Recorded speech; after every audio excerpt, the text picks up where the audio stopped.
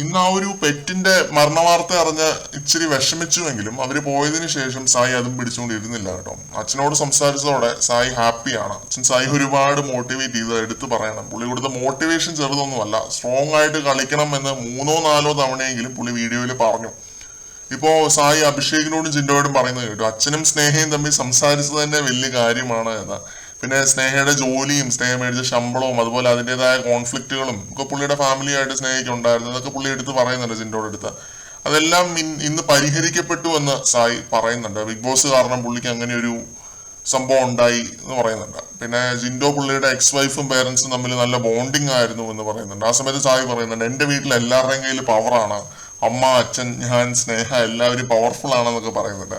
പിന്നെ ജിൻഡോ പറയുന്നുണ്ട്, എൻ്റെ വീട് ഞാൻ ഭരിക്കും, എൻ്റെ സിബ്ലിങ്സിനോടാണെങ്കിലും എനിക്കൊരു കമാൻഡിങ് പവർ ഉണ്ട് എന്നൊക്കെ പറയുന്നു. ആ രീതിയിൽ രണ്ടുപേരും ഇരുന്നിങ്ങനെ സംസാരിക്കുന്നുണ്ട്. ഫാമിലിയാണ് ടോപ്പിക്. ഫാമിലി റൗണ്ട് നടക്കുന്നത് കൊണ്ടാണ് ഇതൊക്കെ നമ്മൾ വീഡിയോ ആക്കുന്നത്. ഗെയിം ഓൺ ആയിരുന്ന വീട്ടില് ഇപ്പൊ ഗെയിമൊക്കെ ഓഫാണ്.